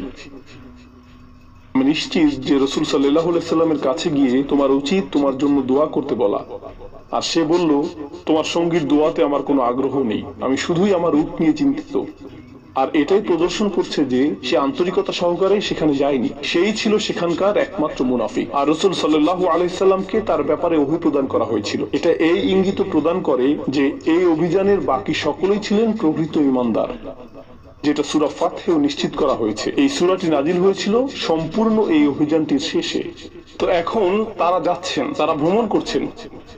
খালিদ ইবনে ওয়ালিদ আরো সৈন্য সহ আসফানে ফেরত আসলেন, সেখানে কেউ নেই, তারা প্রস্থান করেছেন। অপরিচিত রাস্তা ধরে কোন দিকে গিয়েছেন? হুদাইবিয়া। তো এখন তিনি ছুটে যাবেন যাতে সেখানে পৌঁছার পূর্বেই তাদেরকে প্রতিহত করা যায়, কিন্তু তারা ইতিমধ্যেই হুদাইবিয়াতে পৌঁছে গিয়েছেন। হুদাইবিয়া ছিল একটি কূপ, পাশে ছিল উটের কুজের মতো পাহাড়, কূপটি ছিল শুষ্ক। তো যখন তারা সেখানে পৌঁছলেন রাসূল সাল্লাল্লাহু আলাইহি সাল্লামের উটটি থেমে গেল। আমি আপনাদেরকে সেটা পড়ে শোনাচ্ছি। سار النبي صلى الله عليه وسلم حتى إذا كان بالثنية التي يهبط بها عليهم منها بركت به راحلته. অর্থাৎ নবীজির উটটি অনড়ভাবে থেমে গেল হুদাইবিয়াতে এসে। তাদের পরিকল্পনা হুদাইবিয়া ছিল না, তাদের পরিকল্পনা ছিল মক্কা। পথটি হুদাইবিয়ার মধ্য দিয়ে অগ্রসর হবে, কিন্তু তার উটটি চলা বন্ধ করে দিল। فقال الناس حل حل فألحت. মানুষ উটটিকে বলতে থাকলো, হাল হাল, কারণ আরবি ভাষায় আপনি পশুদের সাথে কথা বলেন, পশুদের সাথে কথা বলার জন্য আরবিতে শব্দ রয়েছে। কিছু মানুষ বিভিন্ন ভাবে পশুদের সাথে কথা বলে, আরবি ভাষায় আসলে এর জন্য নির্দিষ্ট শব্দ তালিকাও রয়েছে। عاقي عاقي. এই শব্দ দ্বারা আপনি কাকের সাথে কথা বলেন, আপনি যদি এটা সজোরে উচ্চারণ করেন তাহলে এর কারণ বুঝবেন। আকি আকি, তাই না? حيا حلا. বলা হয় উটকে ওঠানোর জন্য, حل حل. উঠো ওঠো। তাদের এই ধরনের বিভিন্ন শব্দ রয়েছে। কিভাবে পশুদের সাথে কথা বলতে হয়, আমি আসলে এই বিষয়টি কয়েকটি ভিডিও দেখেছি, কারণ কোরআন এমন শব্দের কথা উল্লেখ করেছে। ينعق بما لا يسمع إلا دعاء ونداء. তাই এই বিষয়ে কিছুটা জেনে নিলাম। ভিন্ন ভিন্ন পশু ভিন্ন ভিন্ন শব্দে সাড়া দেয়। একজন রাখাল অথবা এই জাতীয় কোনো শব্দ করতে পারে, তখন সবগুলো ভেড়া চলে আসে, কিন্তু অন্য কেউ চেষ্টা করলে তারা আর আসে না। Try again. তো তারা বলল হাল, কিন্তু উটটি সামনে যাচ্ছে না। অনুগত প্রাণী, গৃহপালিত পোষমানা প্রাণী যেমন ঘোড়া অথবা উট, যা সাধারণত প্রভুর আনুগত্য করে থাকে, কখনো কখনো এটা একরোখা হয়ে যায়। আর যখন এটা একরোখা হয়ে যায় তখন এটাকে গাড়ির ট্রান্সমিশন ফেইলিয়ারের মতো মনে হয়। এটা অস্বাভাবিক আচরণ শুরু করে, কথা শুনে না, আমার আদেশ অনুযায়ী এটা সাড়া দিচ্ছে না, আমি এক্সেলেটরে চাপ দিচ্ছি কিন্তু এটা সামনে ঘুরছে না, কিছু একটা সমস্যা হয়েছে, এটাকে বারবিকিউ করার সময় এসে পড়েছে। So فقالوا خلعت القصوى. কসওয়া হলো রাসূল সাল্লাল্লাহু আলাইহি সাল্লামের উটের নাম, রাসূল সাল্লাল্লাহু আলাইহি সাল্লামের উটের নাম। আর তিনি আসলে এই উটটিকে খুবই পছন্দ করতেন, কসওয়ার সাথে খুবই বন্ধুত্বপূর্ণ সম্পর্ক তার। তো সাহাবীগণ বললেন, কসওয়া একরোখা হয়ে গেছে, কসওয়া অস্বাভাবিক আচরণ করছে। خلعت القصوى خلعت القصوى. فقال النبي صلى الله عليه وسلم ما خلعت القصوى. রাসূল সাল্লাল্লাহু আলাইহি সাল্লাম বললেন, না না না না না, কসওয়ার কোনো সমস্যা হয়নি, وما ذاك لها بخلق. আর সে এরকম আচরণও করে না, এটা তার চারিত্রিক বৈশিষ্ট্যও না। রাসূল সাল্লাল্লাহু আলাইহি সাল্লাম একটি পশুর চারিত্রিক বৈশিষ্ট্যও জানতেন, এরকম নিবিড় ভাবে তিনি পশুটিকে চিনতেন। ولكن حبسها حابس فيه. বুখারী শরীফের এই হাদিসটি আসলেই চমৎকার। বরং যেই সত্তা হাতিগুলো থামিয়েছিলেন তিনি তাকেও থামিয়েছেন। হাতি এগুলো? কোন হাতি এগুলো? আব্রাহা বাহিনীর হাতি। আব্রাহা চেয়েছিল সেই হাতিগুলো যাতে এগিয়ে যায় এবং কাবা ঘরকে পিষে ফেলে, কিন্তু হাতিগুলো সামনে চলা বন্ধ করে দেয়। আর নবীজি বলছেন যেই সত্তা সেই হাতিগুলোকে থামিয়েছিলেন তিনি কসওয়াকেও থামিয়েছেন। এর দ্বারা রাসূল সাল্লাল্লাহু আলাইহি ওয়াসাল্লাম কি আল্লাহ কি বুঝাচ্ছেন? আপনি যদি এখন মক্কায় যান তাহলে যুদ্ধ সংঘটিত হবে। তো ঠিক যেভাবে আল্লাহ হাতিগুলোকে থামিয়ে হারাম শরীফে ঘুরতে যাওয়া সহিংসতা রোধ করেছিলেন, এখনো তিনি কসওয়াকে থামিয়ে দিয়ে সহিংসতা রোধ করছেন। আমরা সামনে এগিয়ে যাব না, আমরা এখানেই তাঁবু খাটাবো, এটাই ছিল নির্দেশনা। বিষয়টা এতই অসাধারণ যে আল্লাহ কাবা ঘরের পবিত্রতা রক্ষা করলেন সেই হাতি দ্বারা, একই উপায়ে তিনি কাবা ঘরের পবিত্রতা রক্ষা করলেন কসওয়ার দ্বারা, সেই মুহূর্তে তাকে থামিয়ে দেওয়ার মাধ্যমে। ঠিক আছে, তো এখন كنا مع النبي صلى الله عليه وسلم 1400. আমরা রাসূল সাল্লাল্লাহু আলাইহি ওয়াসাল্লামের সাথে ছিলাম 1400 মানুষ। আল হুদাইবিয়া বীরুন, হুদাইবিয়াতে একটি মাত্র কূপ ছিল। فنزحناها فلم نترك فيها قطرة. আমরা এটা থেকে কিছুটা পানি পান করি, ফলে শীঘ্রই এক ফোঁটা পানিও বাকি থাকলো না, এক ফোঁটা পানিও বাকি থাকলো না। فبلغ ذلك النبي صلى الله عليه তো وسلم এই সংবাদ নবী সাল্লাল্লাহু আলাইহি ওয়াসাল্লামের কাছে পৌঁছলো। فجلس على شفيره. তো রাসূল সাল্লাল্লাহু আলাইহি ওয়াসাল্লাম কূপটির মুখে বসলেন। دعا بإناء من ماء فتوضأ. তিনি একটি ছোট পাত্রে পানি চাইলেন এবং সেই পানি দিয়ে তিনি ওযু করলেন। ثم مضمض ودعا ثم صبه فيها. তারপর রাসূল সাল্লাল্লাহু আলাইহি ওয়াসাল্লাম কুলি করলেন এবং তা কূপে নিক্ষেপ করলেন। فتركناها غير بعيد. তো আমরা এটা থেকে সরে গেলাম এবং খুব একটা দেরি হয়নি। ثم إنها أصدرتنا ما شئنا نحن وركابنا. আর তারপর কূপটি পানিতে উচ্ছ্বসিত হওয়া শুরু করলো আর আমরা সকলে পান করলাম এবং আমাদের সকলের পশুগুলো পান করলো। 1400 মানুষ এই পানি পান করলো আর উট, ঘোড়া যা এই 1400 মানুষের সাথে এসেছিল তারাও পান করলো, কিন্তু পানি আসা বন্ধ হলো না। এটা ছিল রাসূল সাল্লাল্লাহু আলাইহি ওয়াসাল্লামের একটি মুজিজা। এটা ছিল ইমানদারদের ইমানকে নবরূপে বলিয়ান করার একটা উপায়। যারা এই সময়ে এসেছেন, যাদের ব্যাপারে মুনাফিকরা ধারণা করেছিল যে তারা আত্মঘাতী অভিযানে যাচ্ছেন, কিন্তু তারা এখন এই অনুভব করছেন যে আল্লাহ তাদের পাশে রয়েছেন। এখন তারা এই ছোট ছোট মুজিজাগুলো দেখতে পাচ্ছেন, যেমন লাল উটের অধিকারী ব্যক্তিটি, এটাও একটা ছোট মুজিজা। আর তারপর তারা হুদাইবিয়ায় পৌঁছা এবং কূপে পানি প্রবাহিত হওয়া, এটা ছিল আরেকটি ছোট মুজিজা। তো একের পর এক এই মুজিজাগুলো ঘটতে লাগলো। ثم قال صلى الله عليه وسلم والذي نفسي بيده لا يسألوني خطة يعظمون فيها حرمات الله إلا أعطيتهم إياه. রাসূল সাল্লাল্লাহু আলাইহি ওয়াসাল্লাম এই সময় খুবই অদ্ভুত কথা বললেন। তো এই মুহূর্তে তারা অনুভব করছেন যে আল্লাহর পক্ষ থেকে এই অলৌকিক উপহার এসেছে, শুষ্ক কূপ থেকে পানি উচ্ছ্বসিত হচ্ছে। আর এই মুহূর্তে রাসূল সাল্লাল্লাহু আলাইহি ওয়াসাল্লাম বললেন, আমি সেই সত্তার শপথ করছি যার হাতে আমার প্রাণ, অর্থাৎ আমি আল্লাহর শপথ করে বলছি আল্লাহর নির্ধারিত পবিত্র বিষয়গুলোর লঙ্ঘন করো না। এরকম কিছু যদি তারা আমার কাছ থেকে চায় আমি তাদেরকে তা দিব। এখন বিষয়টা পুনরায় শুনুন, আমি নিজের ভাষায় বলছি। তারা যা খুশি আমার কাছে চাইবে আর আমি তাদেরকে তাই দিব, যদি সেটা হারাম কিছু না হয়। সহজ কথায় বললাম, যদি হারাম কিছু না হয় আমি তাদেরকে তা দিব। এখানে তারা কারা? এটা কুরাইশ। কিন্তু এই মুহূর্তে কেউ জানতো না যে একটা আপোষ মীমাংসা হবে, কেউ জানতো না যে তারা কোনো কিছু চাইবে। প্রকৃতপক্ষে কুরাইশরা কখনোই কিছু চায়নি, তারা শুধু মুসলিমদের হত্যা করতে চেয়েছে। কিন্তু তিনি ইতিমধ্যে জানতে পেরেছেন যে তারা কিছু চাইবে, তারা কোনো কিছু চাইবে। আর তিনি এমন কিছু বলছেন যা ওই মুহূর্তে কোনো সাহাবী বুঝতে পারেননি। তারা যাই চাইবে, যতক্ষণ পর্যন্ত তা দ্বারা আল্লাহর নির্ধারিত পবিত্র বিষয়গুলো লঙ্ঘিত না হয় আমি তাদেরকে তা দিব, আমি তাদেরকে তা দিব। আর এই মুহূর্তে যখন সাহাবীগণ ঈমানে পরিপূর্ণ ছিলেন কূপের এই মুজিজার কারণে, এখনই তারা এমন কিছু শুনলেন যা অবশেষে তাদের ঈমানকে পরীক্ষার সম্মুখীন করবে। অবশেষে যখন সময় আসবে কুরাইশরা কিছু চাইবে, এটা তাদের রক্তে আগুন ধরিয়ে দিবে। আর এই কথাটি উপকারে আসবে সেই উত্তাপকে প্রশমিত করার জন্য, যাতে বিষয়টা সহ্য করা সহজ হয়। ঠিক আছে, সামনে অগ্রসর হওয়ার আগে আপনারা কেমন বোধ করছেন? এই অংশটি এখন শেষ করতে হবে, কারণ আমাদেরকে আরো অনেক কিছু আলোচনা করতে হবে। তো আমি গোটা বিষয়বস্তুটি পুরোপুরি আলোচনা করতে চাই, যাতে কোনো কিছু বাদ না পড়ে ইনশাআল্লাহ। أن 80 رجلا من أهل مكة هبطوا على رسول الله صلى الله عليه وسلم من جبل التنعيم متسلحين. যা ঘটলো তা হলো, তারা তো হুদায়বিয়া পৌঁছে গেলেন। যদি তারা হুদায়বিয়া থেকে আধা কিলোমিটার অথবা 1 মাইলের 4 ভাগের 1 ভাগও সামনে যান, তারা নিরাপদ সীমানায় প্রবেশ করবেন। যখন তারা নিরাপদ সীমার মধ্যে প্রবেশ করবেন, তখন আর কি সম্ভব না, তাদেরকে আক্রমণ করা যাবে না। কুরাইশদের মনোভাব এরকম, অবস্থা বেশ গুরুতর, আমাদেরকে এখনই এই সমস্যার সমাধান করতে হবে। একটা বুদ্ধি হলো, যেহেতু তারা সেখানে বসে আছে, তাদের পশুগুলোকে খাবার খাওয়াচ্ছে, হুদায়বিয়াতে রিল্যাক্স করছে, আমরা যদি 80 জন গুপ্তঘাতক পাঠাই, আমরা নিশ্চিত করব যাতে তাদের মুখমণ্ডল ঢাকা থাকে।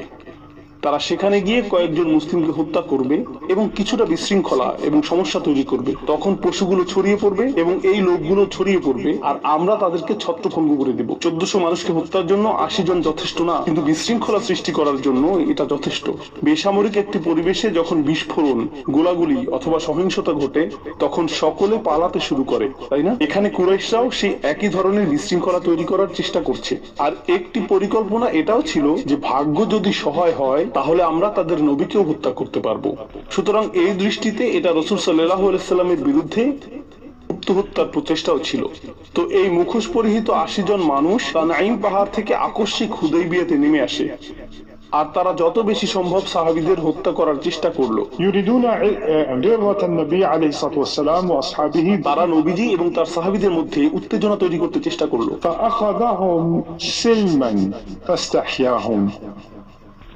হাদিসটি বর্ণনা করছে যে রাসূল সাল্লাল্লাহু আলাইহি সাল্লাম তাদের সকলকে আটক করতে সক্ষম হলেন নিরাপদে, অর্থাৎ কেউ আহত হয়নি, না তারা না আমরা। আর তারপর তিনি তাদেরকে চলে যেতে দিলেন, তাদের মুখোশ খুলে নিলেন। কেন তারা মুখ ঢেকে এসেছিল? কারণ না হলে তো সবাই জেনে যাবে যে তারা কুরাইশ বংশের লোক, যেটি কুরাইশদের জন্য সুনামের হানিকর। মানুষ কুরবানির পশু নিয়ে উমরা করতে এসেছে, আর তোমরা তাদেরকে হত্যা করতে চাইছো। মুখোশ পরা অবস্থায় তাদেরকে সাধারণ দস্যুদের মতো দেখাবে, কারণ আরব অঞ্চল এবং দস্যুবৃত্তি ছিল সম্পর্কযুক্ত। সেক্ষেত্রে তারা অপরাধী সাব্যস্ত হতো না, তারা ক্যামেরায় ধরা পড়তো না। কিন্তু এখন তারা সকলেই ক্যামেরায় ধরা পড়লো এবং তাদের সকলকে বেঁধে ফেলা হলো। এরপর রাসূল সাল্লাল্লাহু আলাইহি সাল্লাম তাদের অস্ত্রগুলো রেখে দিলেন এবং তাদেরকে মক্কায় ফেরত পাঠালেন। কুরাইশদের সম্মান আগেই প্রশ্নবিদ্ধ হয়েছিল, কিন্তু এখন প্রকৃতপক্ষেই তাদের সুনামের হানি ঘটলো। তাদের জন্য এটা খুবই খারাপ অবস্থা তৈরি করলো। কুরআনে আল্লাহ এই ঘটনার প্রতি ইঙ্গিত দিয়েছেন, والذي كف أيديهم عنكم وأيديكم عنهم ببطن مكة